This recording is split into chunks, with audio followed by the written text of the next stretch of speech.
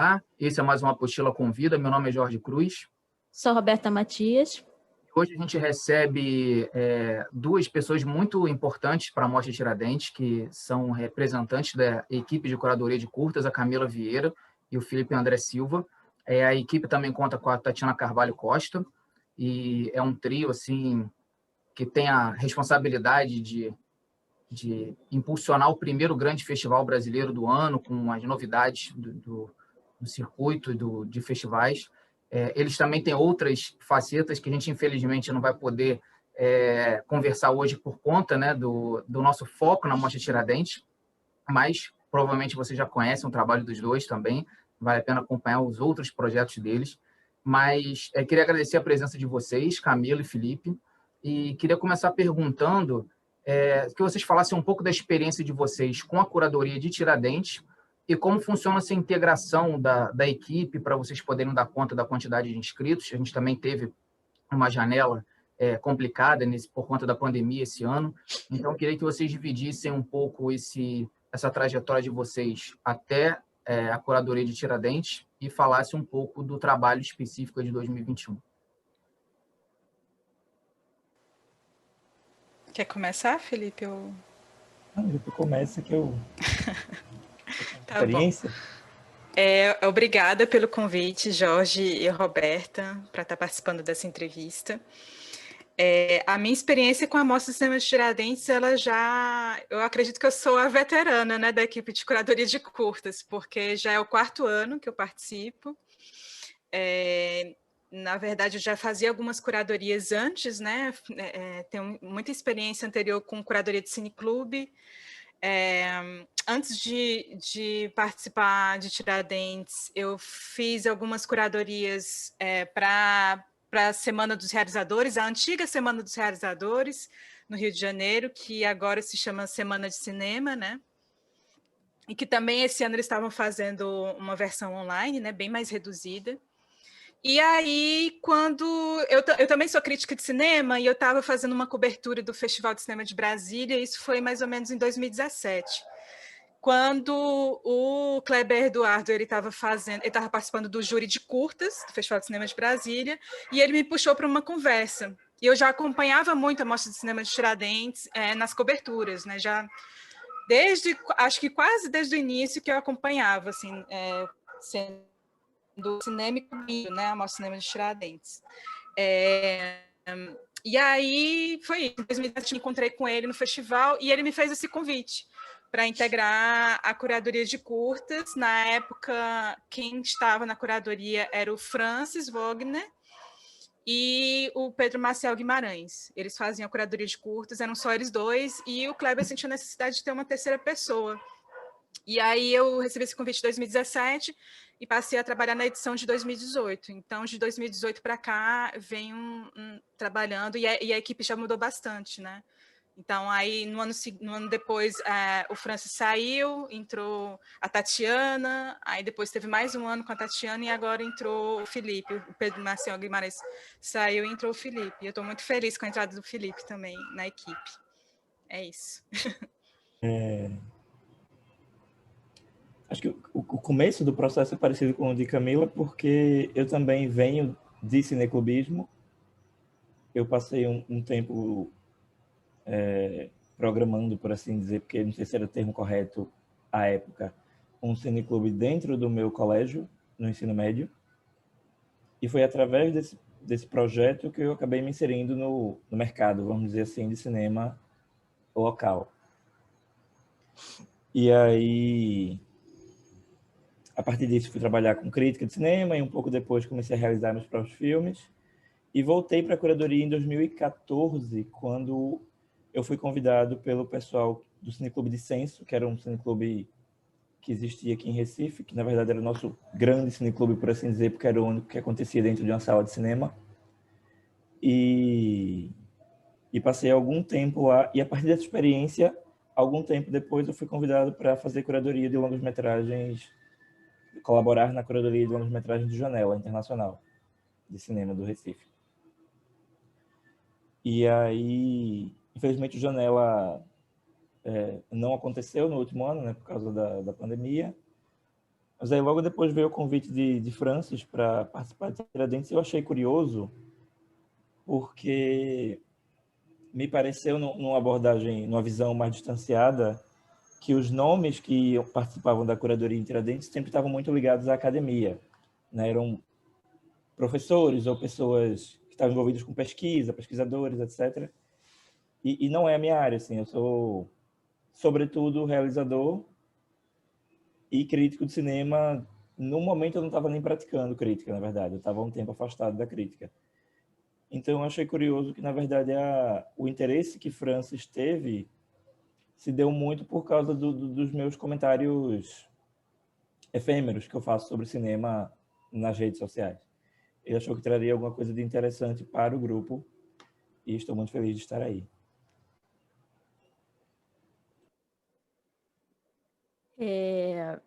Agora, pensando mais na escolha mesmo dos curtas, né, a gente queria saber como é que elas são feitas, mais ou menos, né? Se quando vocês selecionam um curta, vocês já estão pensando em algum recorte específico para dentro da mostra, em algum programa da mostra, ou se isso é feito posteriormente, né? E que a gente falasse também como é que é a diferença entre cada uma das mostras, né? Cada um dos recortes. Como é que vocês elegem esses curtas para cada um dos recortes?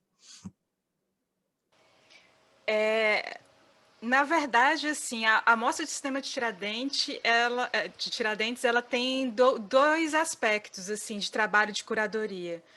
Tem essa visão da escolha da temática, que é uma coisa prévia, inclusive o próprio processo de visionamento dos curtas, é uma coisa... na verdade, é um trabalho da equipe de uma forma integrada, né, de pensar qual vai ser a temática daquele ano, a partir de um acúmulo de várias percepções que a gente tem, né, ao longo dos anos. Acho que a gente até comentou isso na live que a gente fez na quarta-feira. Então, por exemplo, a temática desse ano, que é Vertentes da Criação, tem muito a ver com a temática do ano passado, né? Imaginação como potência, a partir de muitos desdobramentos que teve, né, nos debates, né? Que rolaram nos debates, e a partir daí a gente pensa a temática, que é uma coisa que a gente elabora assim, durante todo o ano, né? E aí tem esse trabalho que eu acredito que seja um trabalho muito mais curatorial, porque é uma proposta nossa, né? A gente que está propondo esse recorte temático, e a partir daí os filmes, uma parte dos filmes integram a essa discussão da temática, e também outros convidados que podem também participar dos debates. Mas também tem um segundo momento, que é esse momento de lidar mesmo com os filmes inscritos, né? A Mostra Cinema Tiradentes tem um mês que fica com a janela aberta com inscrições, né? Para os filmes, para os realizadores, geralmente é em outubro. E durante esse processo nós recebemos planilhas, né, desses filmes inscritos, né, a partir desses formulários de inscrição. E a grade que a gente pensa, sobretudo de curtas-metragens, a gente pensa muito respondendo a esses filmes, né? Então, a gente não tem nada prévio, não existe um recorte que a gente estabelece prévio e imediato para lidar com os filmes. Vai ser muito nessa relação muito mais imediata desse processo de visionamento e de enxergar as potencialidades desses filmes no que a gente está recebendo. E aí, a partir daí, a gente monta essa grade. Então, eu acredito que tem tanto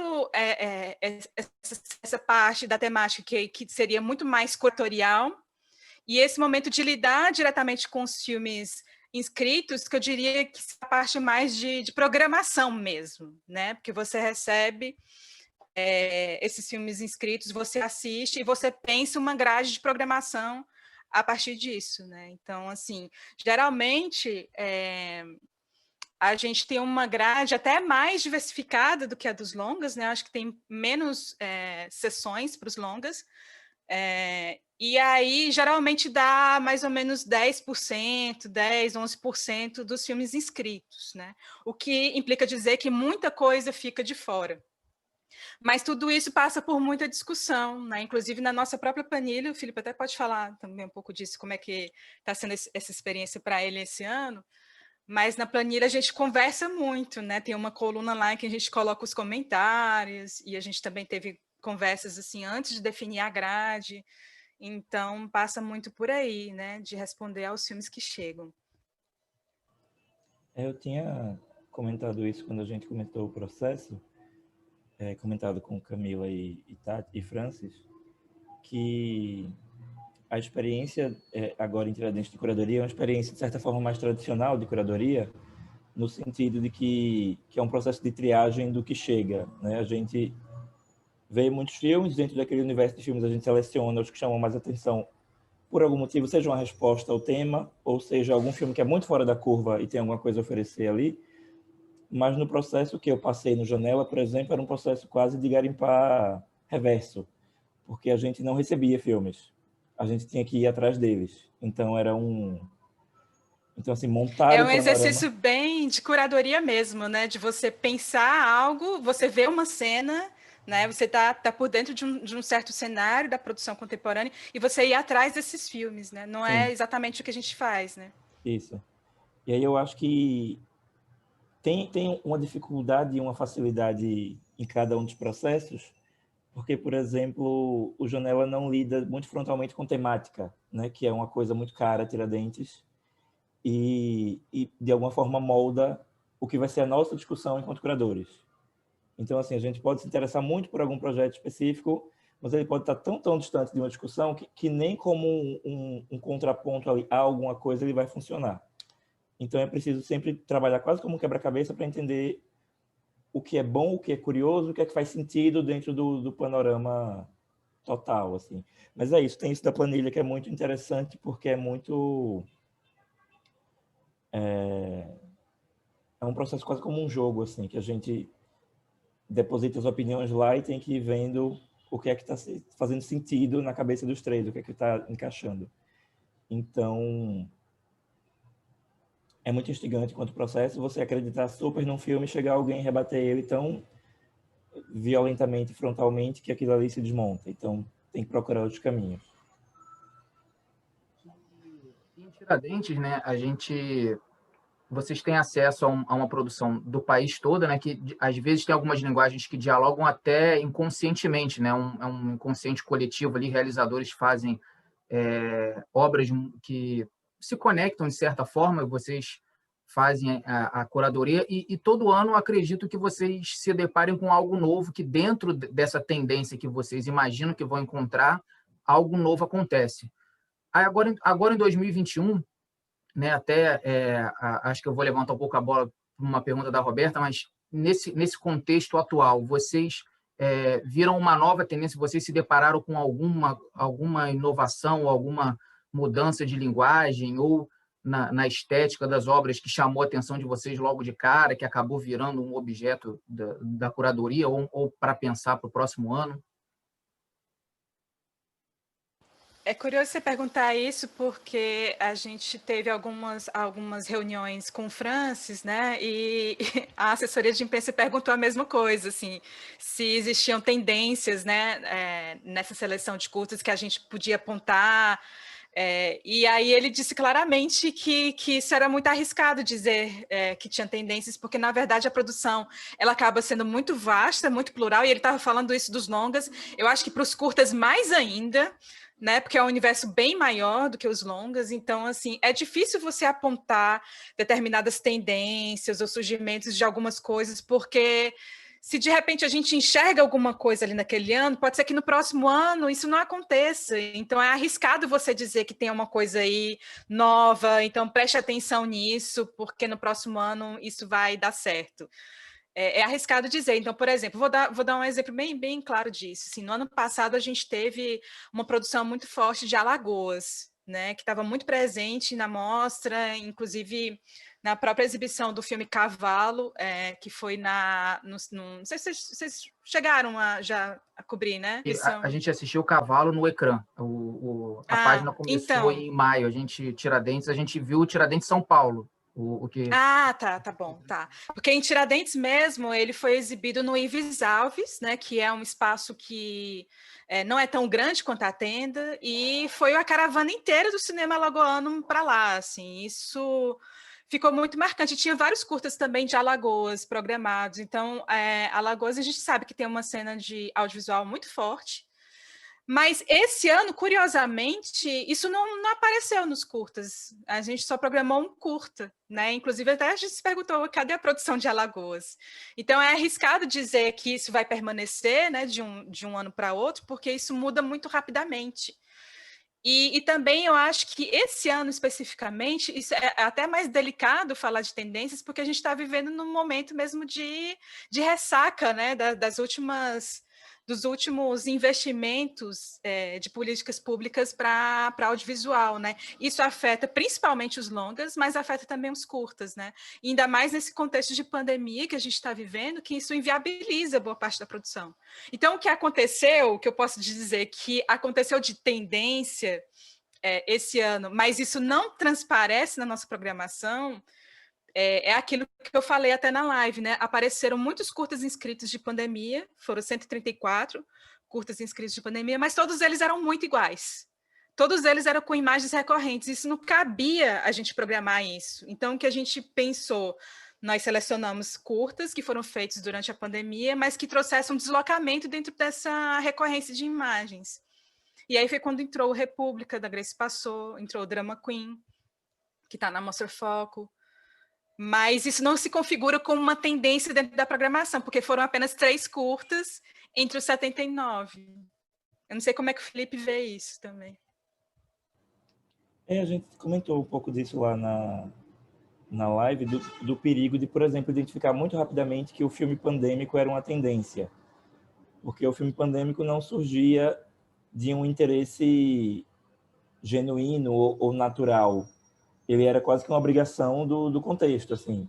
Se a gente não tivesse nesse momento, eu acho que não existiria, por exemplo, uma outra onda do filme de apartamento, né, como surgiu lá no começo dos anos 2010. Eu acho que esse tópico, por agora, ele estaria já escoado, assim, dentro do nosso cinema.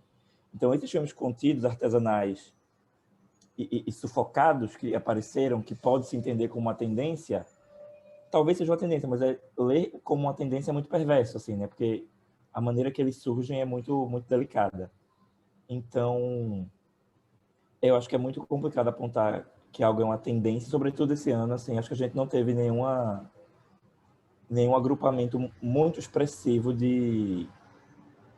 nem de localidade, ou de tema, ou algo parecido, assim. Teve o que eu comentei lá da faculdade, né, da faculdade de Pelotas, que teve muitos filmes que entraram, que vieram daquela região, mas aí é uma coisa que é muito, que às vezes acontece por acaso, como foi o caso de Alagoas. Não por acaso, claro que Alagoas teve um investimento, mas em se tratando das faculdades é algo meio cíclico, assim. Em algum momento sempre vai acontecer de muita gente estar trabalhando ao mesmo tempo. Uma coisa que eu percebi muito foi uma recorrência de filmes escritos que se colocaram como experimentais. Porque essa ideia de você fazer filme, né, sem dinheiro, né, fazer um filme mais caseiro, mais doméstico, né, dentro dessa... E até mesmo muitos desses de pandemia também, eles se colocaram, se classificaram como experimentais. Coisa que nos anos anteriores a gente não via muitos filmes experimentais aparecerem escritos. É curioso isso, né? E Tiradentes poderia ser um lugar, né, de acolhida, né, de filmes mais arriscados nesse sentido. Mas esse ano teve bastante. Mas isso também não se configura como uma tendência. Eu acredito que seja muito mais algo que diz respeito ao nosso momento histórico e que eu acho que todos os festivais brasileiros vão se defrontar com isso em algum momento. Não vai ser, não é uma coisa que a gente, né, nós da Curadoria de Tiradentes vamos apontar. Eu acho que isso vai ser comum a vários festivais. Que ótimo que vocês tocaram nesse assunto, porque é um pouco aqui da pergunta que eu ia fazer, né, que eu acho que se subdivide em algumas questões. Uma, acho que é mais para a Camila, que está há alguns anos à frente da curadoria, que é o que você vê que tem mudado, né, nesses filmes que vocês têm recebido ao longo dos anos, né? Você já disse que não dá para apontar uma tendência, mas assim, o que você vê que tem sido, talvez, pode ser em qualquer uma das áreas, pode ser, sei lá, eu tenho visto mais filmes de diretoras, ou tenho visto mais filmes sobre determinado tema, de determinada região, né? Assim, o que você tem visto mudando? Também a gente entende que o curta, muitas vezes, ele é um espaço de formação do cineasta, né? A partir dali que ele vai começar a caminhar. E como é que vocês entendem que a gente pode, então, reverberar essa importância do curta, tanto para a formação dos cineastas, quanto da plateia também, né? De um público, de um espectador? Quer responder antes, Felipe, sobre essa segunda pergunta? Eu lembrei, quando tu fez essa pergunta, eu lembrei de uma coisa que aconteceu nos anos 2000, acho que no meio dos anos 2000, que foi o projeto Petrobras, não me lembro exatamente o nome dele, mas foi um projeto que a Petrobras propôs de colocar curtas nacionais antes da exibição de longa em cinemas que se dispusessem ou cinemas públicos. E isso, assim, causou um efeito, não vou dizer imediato, mas um efeito expressivo, quando eu comecei a notar que um filme, por exemplo, como Vinil Verde, de Kleber Mendonça Filho, que é um filme que tem um potencial comercial, digamos assim, ele começou a ser reconhecido. As pessoas que conheciam Kleber pelos longas que ele fez depois já conheciam esse curta antes mesmo. Eu acho que isso foi um pouco do resultado desse esforço, que eu não sei exatamente de quem foi a motivação, não sei se foi uma coisa da Petrobras ou era alguma coisa associada com o governo, de entender que o curta, sobretudo nos anos 2000, quando o curta ainda tinha um caráter um pouco um caráter quase anedótico, né, que a linguagem do curta brasileiro nos anos 2000, ela teve por um período, ele foi quase como... Ele se construía quase em cima de uma ideia de piada, assim, precisava de um punchline, era uma coisa imediata. Foi um período que eram filmes muito mais vendáveis, imediatamente vendáveis do que hoje, que o universo é muito maior e muito mais plural, e nesse sentido é muito mais difícil você apontar imediatamente um filme que pode ser associado a um longa, assim, e vai dar uma resposta rápida, eu digo resposta rápida para um público médio, por assim dizer. Então eu acho que a gente volta de novo para o caminho das políticas públicas, assim. Eu acho que fazer curtas, claro que tem que ter fomento, mas sobretudo um fomento para esses filmes serem vistos. Então, assim, televisões públicas começarem a se interessar, mas não só elas. A televisão privada, né, enfim, poderia haver um espaço para isso, via lei de cota de tela, por exemplo. Voltar com a ideia de exibir curta associado a longa, e não só longas brasileiros. Eu acho que existe uma possibilidade, e seria uma possibilidade fortuita de entender que a produção de curta é tão vasta que cabe, e você pode encontrar, se você quiser, filmes que dialogam muito bem com um blockbuster, talvez. Então, assim, eu não sei quem precisaria começar esse movimento, mas eu acho que é um movimento de colocar o curta como um objeto vendável. Eu acho que a gente tem alguns exemplos disso acontecendo, como os streamings brasileiros, como o Cardume, mas deve ter mais exemplos, que tratam o curta como um objeto comercial, assim. Ele não é só uma coisa que passa no festival e ali acabou a vida dele. Ele é um filme com a menor duração, então ele tem um poder de ser visto na mesma lógica de um longa. Assim. Então, é isso. Camila. Eu vou só complementar isso que você falou de políticas públicas, e eu sempre, quando discuto curta-metragem, eu faço questão de desconstruir essa ideia que já está no imaginário, de que o curta-metragem é o lugar do início de formação de um realizador. Eu tento desconstruir isso sempre, porque, às vezes, se coloca esse lugar como se fosse um lugar menor, sabe? Quando, na verdade, existem realizadores que são veteranos e que estão há anos aí fazendo cinema e eles querem fazer só curta-metragem. E é isso, eles entendem que o curta-metragem ele é um formato de expressividade tão importante quanto um longa-metragem. Mas é isso, dentro da lógica de mercado, né?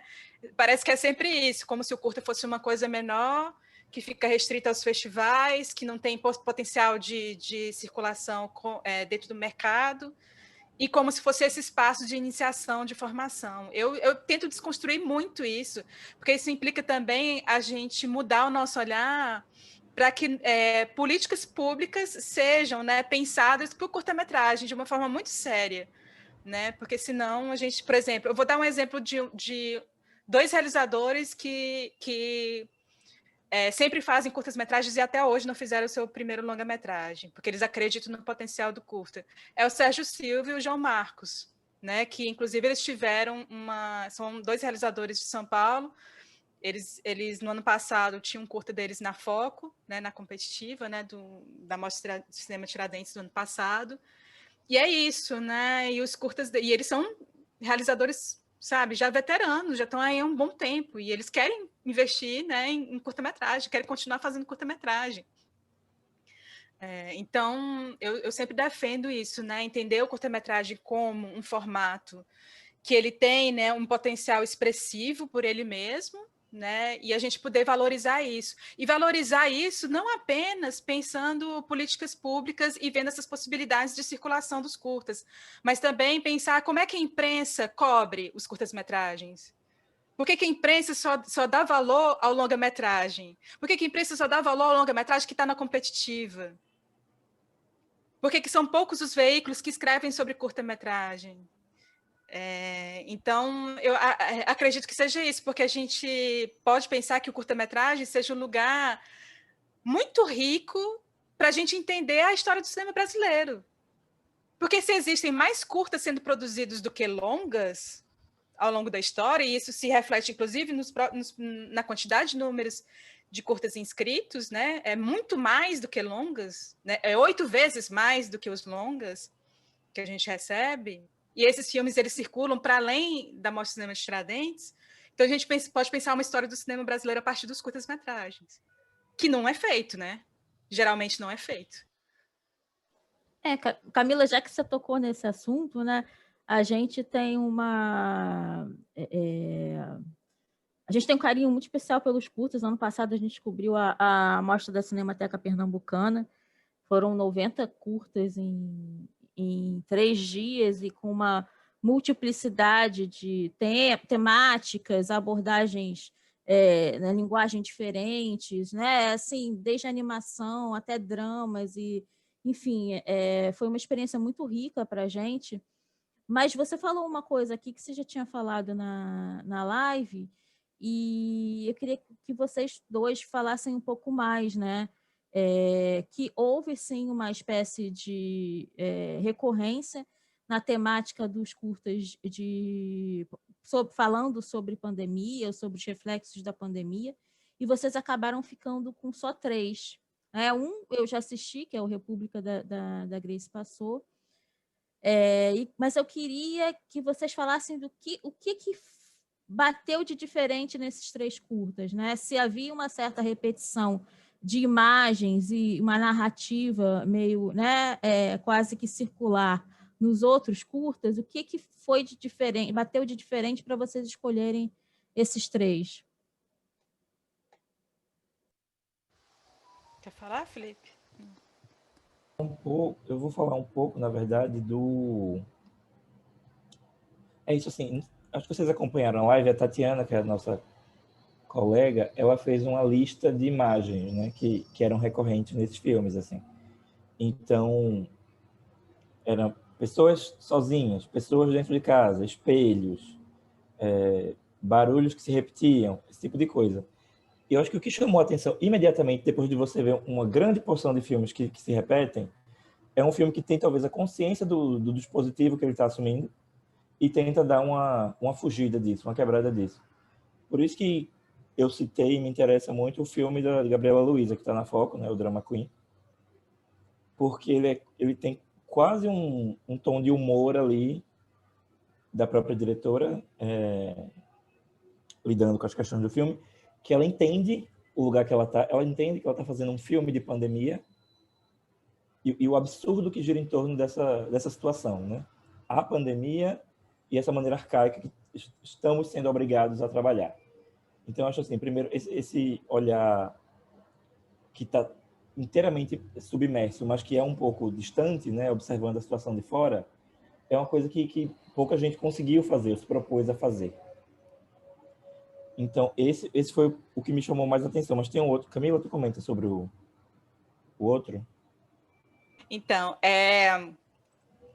além do Drama Queen, que o Felipe falou, a gente selecionou o República, da Grace Passou, né? E a gente discutiu isso na live, né? Que em vários momentos a Grace fala que esse Brasil não existe, que tudo era um sonho e que em breve as pessoas vão acordar, né? E que o Brasil acabou e o meu nunca existiu, né? Então, assim, tem uma reflexão muito forte sobre esse contexto que nós estamos atravessando pelo Brasil. Não é um filme que para nessa sensação, né, de imobilidade. Pelo contrário, ele é um filme super propositivo, né? E tem um outro curta que se chama A Minha Bateria Está Fraca,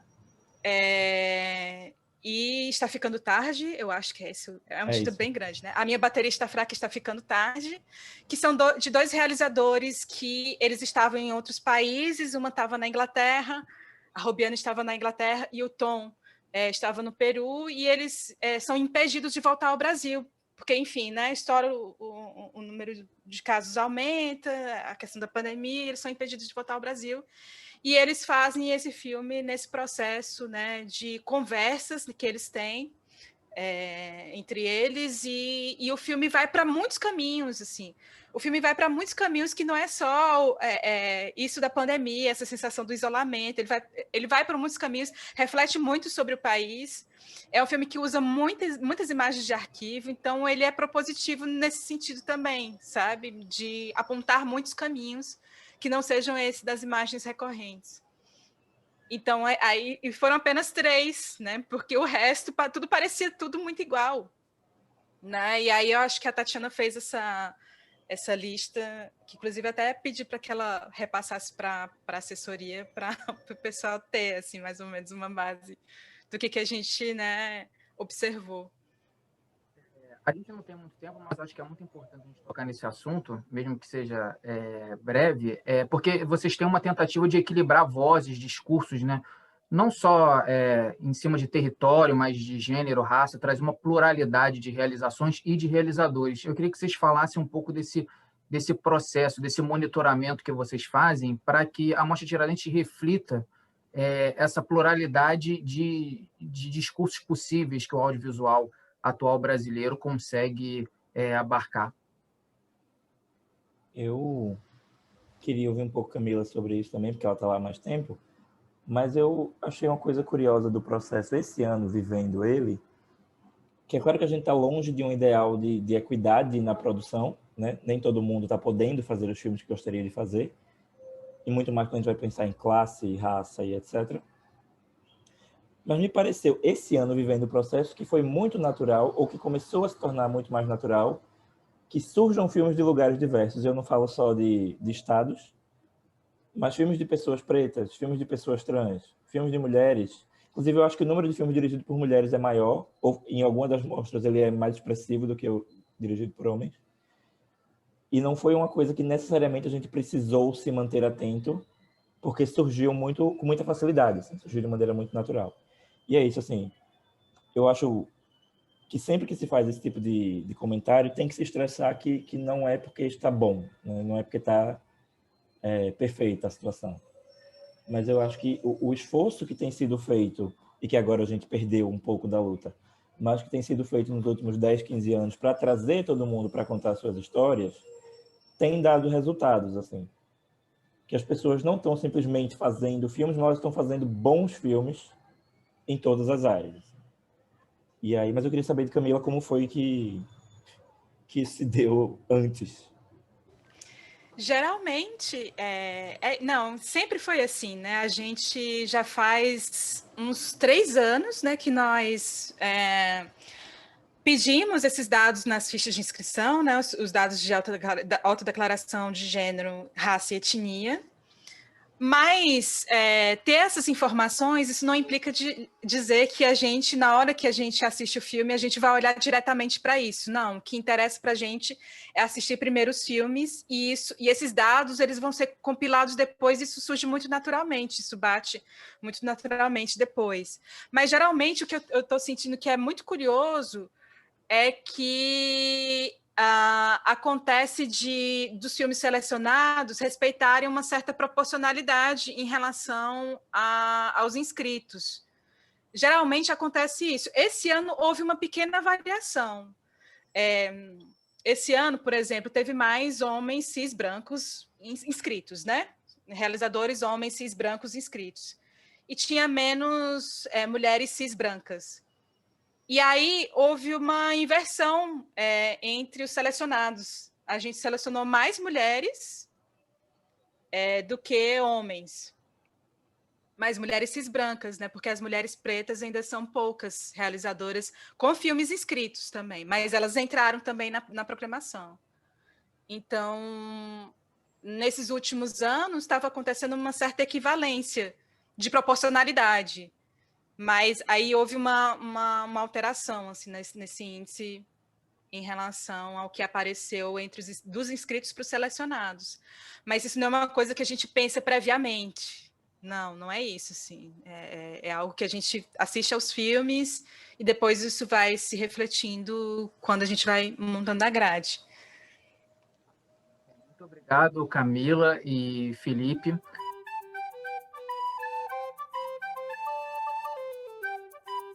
Bom, a gente acabou de conversar com a Camila Vieira e com o Felipe André, que são os dois curadores da parte de curtas, né, da Mostra Tiradentes. Mais uma conversa incrível, né, Jorge? A gente tirou algumas dúvidas em relação a como é feito o processo de curadoria. E só para agradecer novamente a disponibilidade dos curadores e dos organizadores, né? A gente tem tido um apoio, um suporte bem bacana para poder fazer essas entrevistas. E, Jorge, alguma consideração? Eu queria convidar vocês, né, para continuar acompanhando a cobertura da Mostra Tiradentes pela Apostila de Cinema. A gente está preparando aí um conteúdo especial para todo dia ter novidade, além das nossas críticas do máximo de filmes que a gente conseguir, entre os mais de 100 que vão ficar disponíveis. A gente vai deixar vários links. Se você está assistindo o vídeo, se inscreve no canal, ativa a notificação. Também pelo Spotify, se você está ouvindo, acompanhe o nosso feed. Esse é só o início da cobertura da Mostra Tiradentes. Queria agradecer a Roberta também, agradecer a Camila, agradecer ao Felipe pelo tempo aí nessa correria de início de organização de festival, eles terem separado um tempo para conversar com a gente, agradecer toda a equipe da Universo Produção pelo retorno que eles estão dando, pelo auxílio para que a gente possa trazer o máximo de discursos possíveis na nossa cobertura. Então é isso, esse foi mais uma Apostila com Vida, então até a próxima. Tchau, até mais.